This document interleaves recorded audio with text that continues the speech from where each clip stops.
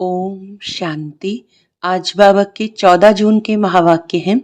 बाबा ने कहा, मीठे बच्चे, तुम्हें अब ज्ञान का तीसरा नेत्र मिला है, इसीलिए अब तुम्हारी आंख किसी में भी डूबनी नहीं चाहिए। प्रश्न है, जिन्हें पुरानी दुनिया से बेहद का वैराग्य होगा, उनकी निशानी क्या होगी? उत्तर है, वो अपना सब कुछ बाप को अर्पण कर देंगे। हमारा कुछ भी नहीं। बाबा, हमारी ये देह भी नहीं है, यह तो पुरानी देह है, इनको भी छोड़ना है।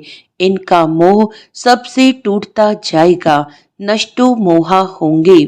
उनकी बुद्धि में रहता कि यहाँ का कुछ भी काम नहीं आना है, क्योंकि यह सब हद का है। ओम शांति।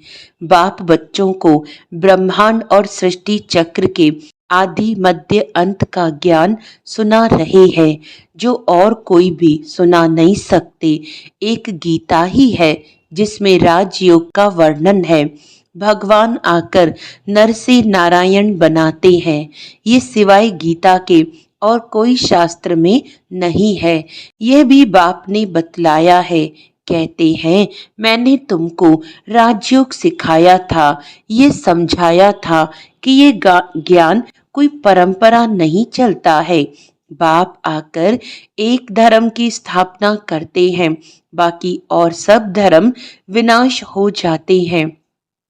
कोई भी शास्त्र आदि परंपरा नहीं चलते, और जो धर्म स्थापन करने आते हैं उस समय कोई विनाश नहीं होता है, जो सब खलास हो जाए। भक्ति मार्ग के शास्त्र पढ़ते ही आते हैं। इनका यानी ब्राह्मण धर्म का भल शास्त्र है गीता, परंतु वह भी भक्ति मार्ग में ही बनाते हैं, क्योंकि सतयुग में तो कोई शास्त्र रहता ही नहीं, और धर्मों के समय विनाश तो होता ही नहीं। पुरानी दुनिया खत्म होती नहीं, जो फिर नई हो वही चलती आती है। अभी तुम बच्चे समझते हो ये पुरानी दुनिया खत्म होनी है। हमको बाप पढ़ा रहे हैं। गायन भी एक गीता का ही है। गीता जयंती भी मनाते हैं। वेद जयंती तो है नहीं, भगवान एक है, तो एक की ही जयंती मनानी चाहिए। बाकी है रचना, उनसे कुछ मिल नहीं सकता। वर्षा बाप से ही मिलता है, चाचा काका आदि से कोई वर्षा नहीं मिलता। अभी यह है तुम्हारा बेहद का बाप, बेहद का ज्ञान देने वाला। ये कोई शास्त्र नहीं सुनाते हैं। कहते हैं ये सब भक्ति मार्ग के हैं। इन सब का सार तुमको समझाता हूँ। शास्त्र कोई पढ़ाई नहीं, पढ़ाई से तो पद प्राप्त होता है। यह पढ़ाई बाप पढ़ा रहे हैं बच्चों को, भगवानुवाच्य बच्चों प्रति। फिर 5000 वर्ष बाद भी ऐसे ही होगा। बच्चे जानते हैं हम बाप से रचता और रचना के आदि मध्य अंत को जान गए हैं। ये कोई और तो समझा न सके, सिवाय बाप के इस मुख कमल से सुनाते हैं। ये भगवान का लोन लिया हुआ मुख है ना, जिसको गौमुख भी कहते हैं। बड़ी माता है ना, इनके मुख से ज्ञान के वर्षंस निकलते हैं, न कि जल आदि। भक्ति मार्ग में फिर गौमुख से जल दिखा दिया है। अभी तुम बच्चे समझते हो भक्ति मार्ग में क्या क्या करते हैं। कितना दूर गौमुख आदि पर जाते हैं पानी पीने। अभी तुम मनुष्य से देवता बन रहे हो, यह तो जानते हो। बाप कल्प कल्प आकर मनुष्य से देवता बनाने के लिए पढ़ाते हैं। देखते हो कैसे पढ़ा रहे हैं। तुम सबको ये बतलाते हो भगवान हमें पढ़ा रहे हैं। कहते हैं मामेकम याद करो तो तुम्हारे विकर्म विनाश हो जाएं। तुम जानते हो सतयुग में थोड़े मनुष्य होते हैं, कलयुग में कितने ढेर मनुष्य हैं। बाप आकर के आदि सनातन देवी देवता धर्म की स्थापना कर रहे हैं। हम मनुष्य से देवता बन रहे हैं। मनुष्य से देवता बनने वाले बच्चों में दैवी गुण दिखाई देंगे। उनमें क्रोध का अंश भी नहीं होगा। अगर कभी क्रोध आ गया तो झट बाबा को लिखेंगे, बाबा आज हमसे यह भूल हो गई, हमने क्रोध कर लिया, विकर्म कर लिया। बाप से तुम्हारा कितना कनेक्शन है, बाबा क्षमा करना। बाप कहेंगे क्षमा आदि होती नहीं, बाकी आगे के लिए ऐसी भूल नहीं करना। टीचर कोई क्षमा नहीं करते हैं, रजिस्टर दिखाते हैं, तुम्हारे मैनर्स अच्छे नहीं हैं। बेहद का बाप भी कहते हैं तुम अपने मैनर्स देख रहे हो, रोज अपना पोता मेल देखो, किसको दुख तो नहीं दिया, किसको तंग तो नहीं किया। दैवी गुण धारण करने में टाइम तो लगता है ना। देह अभिमान बड़ा ही मुश्किल से टूटता है। जब अपने को देही समझे तब बाप में भी लव जाए, नहीं तो देह के कर्म बंधन में ही बुद्धि लटकी रहती है। बाप कहते हैं तुमको शरीर निर्वाह अर्थ कर्म भी करना है, उनसे टाइम निकाल सकते हो। भक्ति के लिए भी टाइम निकालते हैं ना। मीरा श्री कृष्ण की ही याद में रहती थी ना, पुनर्जन्म तो यहाँ ही लेती गई। अभी तुम बच्चों को इस पुरानी दुनिया से वैराग्य आता है, जानते हैं इस पुरानी दुनिया में फिर पुनर्जन्म लेना ही नहीं है, दुनिया ही खत्म हो जाती है। ये सब बातें तुम्हारी बुद्धि में है। जैसे बाबा में ज्ञान है वैसे बच्चों में भी है। ये सृष्टि का चक्र और कोई की बुद्धि में नहीं है। तुम्हारे में भी नंबरवार हैं जिनकी बुद्धि में यह रहता है। ऊंच ते ऊंच पतित पावन बाप है, वह हमको पढ़ाते हैं, यह भी तुम ही जानते हो। तुम्हारी बुद्धि में सारा 84 का चक्र है, स्मृति रहती है। अब इस नरक में ये अंतिम जन्म है, इनको कहा जाता है रौरव नरक, बहुत गंध है। इसीलिए सन्यासी लोग घर बार छोड़ जाते हैं, वह हो जाती है शारीरिक बात। तुम सन्यास करते हो बुद्धि से, क्योंकि तुम जानते हो हमको अभी वापस जाना है। सबको भूलना पड़ता है। ये पुरानी छीछी दुनिया खत्म हुई पड़ी है। मकान पुराना होता है, नया बनकर तैयार होता है तो दिल में आता है ना ये मकान टूट ही जाएगा। अभी तुम बच्चे पढ़ रहे हो ना, जानते हो नई दुनिया की स्थापना हो रही है। अभी थोड़ी देरी है, बहुत बच्चे आकर पढ़ेंगे।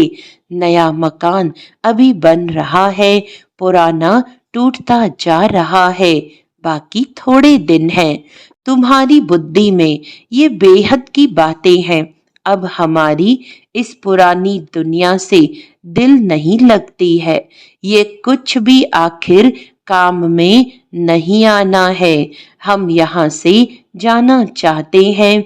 बाप भी कहते हैं पुरानी दुनिया से दिल नहीं लगानी है।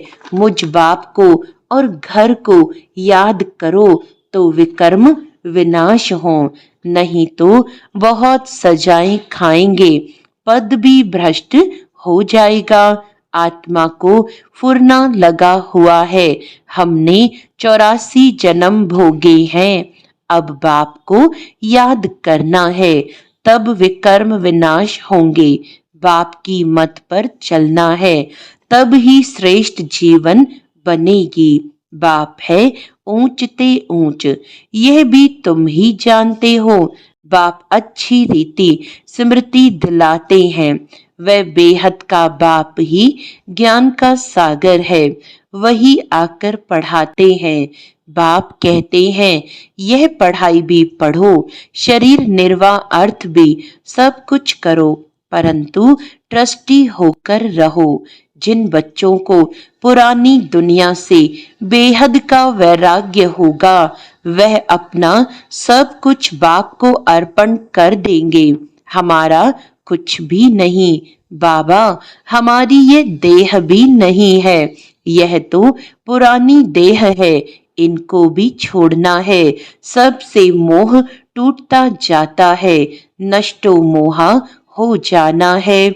यह है बेहद का वैराग्य, वह हद का वैराग्य होता है। बुद्धि में है हम स्वर्ग में जाकर अपने महल बनाएंगे, यहाँ का कुछ भी काम नहीं आएगा, क्योंकि यह सब हद का है। तुम अभी हद से निकल बेहद में जाते हो। तुम्हारी बुद्धि में ये बेहद का ज्ञान ही रहना चाहिए। अभी और कोई में भी आंख नहीं डूबती है। अब तो अपने घर जाना है। कल्प कल्प बाप आकर हमको पढ़ाए, फिर साथ ले जाते हैं। तुम्हारे लिए ये कोई नई पढ़ाई नहीं है। तुम जानते हो कल्प कल्प हम पढ़ते हैं, तुम्हारे में भी नंबर वार हैं। सारी दुनिया में कितने ढेर मनुष्य हैं, परंतु तुम थोड़े ही जानते हो। आहिस्ते आहिस्ते ये ब्राह्मणों का झाड़ वृद्धि को पाता रहता है। ड्रामा प्लान अनुसार स्थापना होनी ही है। बच्चे जानते हैं हमारी रूहानी गवर्नमेंट है। हम दिव्य दृष्टि से नई दुनिया को देखते हैं, वहां ही जाना है। भगवान भी एक है, वही पढ़ाने वाला है। राजयोग बाप ने ही सिखलाया था। उस समय लड़ाई भी बरोबर लगी थी। अनेक धर्मों का विनाश, एक धर्म की स्थापना हुई थी। तुम भी वही हो। कल्प कल्प तुम ही पढ़ते आए हो, वर्षा लेते आए हो। पुरुषार्थ हरेक को अपना करना है। यह है बेहद की पढ़ाई। यह शिक्षा कोई मनुष्य मात्र दे न सके।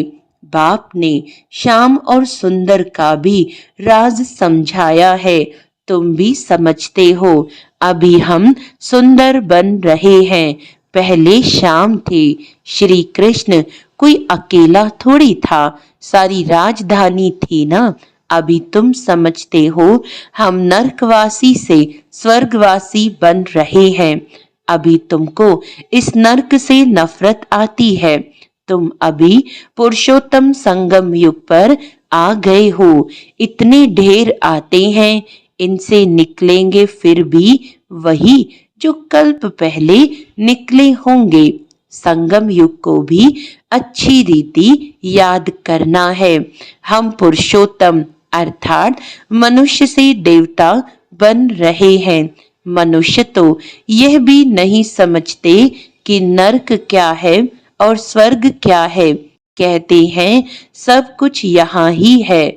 जो सुखी है वह स्वर्ग में है, जो दुखी है वह नरक में है। अनेक मत है ना, एक घर में भी अनेक मतें हो जाती हैं। बच्चों आदि में मोह की रग है, वह टूटती नहीं। मोहवश कुछ समझते थोड़ी हैं कि हम कैसे रहते हैं। पूछते हैं बच्चे की शादी कराएं, परंतु बच्चों को यह भी लॉ नियम समझाया जाता है कि तुम स्वर्गवासी होने के लिए एक तरफ नॉलेज ले रहे हो, दूसरी तरफ पूछते हो उनको नरक में डालें। पूछते हो तो बाबा कहेंगे जाकर करो। बाबा से पूछते हैं तो बाबा समझाते हैं इनका मोह है, अब ना करेंगे तो भी अवज्ञा कर देंगे। बच्ची की तो करानी ही है, नहीं तो संग दोष में खराब हो जाती है। बच्चों को नहीं करा सकते, परंतु हिम्मत चाहिए ना। बाबा ने इनसे एक्ट कराया ना, इनको देखकर फिर और करने लग पड़े। घर में भी बहुत झगड़े लग पड़ते हैं। यह है ही झगड़ों की दुनिया, कांटों का जंगल है ना। एक दो को काटते रहते हैं। स्वर्ग को कहा जाता है गार्डन, यह है जंगल। बाप आकर कांटों से फूल बनाते हैं, कोई विरले निकलते हैं। प्रदर्शनी में भले हाँ हाँ करते हैं, परंतु समझते कुछ भी नहीं। एक कान से सुनते हैं और दूसरे कान से निकाल देते हैं। राजधानी स्थापन करने में टाइम तो लगता है ना। मनुष्य अपने को कांटा समझते थोड़ी हैं। इस समय सूरत मनुष्य की भले है, परंतु सीरत बंदर से भी बदतर है। परंतु अपने को ऐसा समझते नहीं हैं, तो बाप कहते हैं अपनी रचना को समझाना है। अगर नहीं समझते हैं तो फिर भगा देना चाहिए, परंतु वह ताकत चाहिए ना। मोह का कीड़ा ऐसा लगा रहता है जो निकल न सके। यहाँ तो नष्टो मोहा बनना है, मेरा तो एक दूसरा न कोई। अब बाप आया है लेने के लिए, पावन बनना है, नहीं तो बहुत सजा खाएंगे। पद भी भ्रष्ट हो जाएगा। अब अपने को सतो प्रधान बनाने का ही फुरना लगा हुआ है। शिव के मंदिर में जाकर तुम समझा सकते हो, भगवान ने भारत को स्वर्ग का मालिक बनाया था, अब वह फिर से बना रहे हैं। कहते हैं सिर्फ माँ कम याद करो। अच्छा, मीठे मीठे सिके लदे बच्चों प्रति माता पिता बाप दादा का याद प्यार और गुड मॉर्निंग। रूहानी बाप की रूहानी बच्चों को नमस्ते। हम रूहानी बच्चों के रूहानी बाप दादा को याद प्यार गुड मॉर्निंग, नमस्ते नमस्ते नमस्ते जी।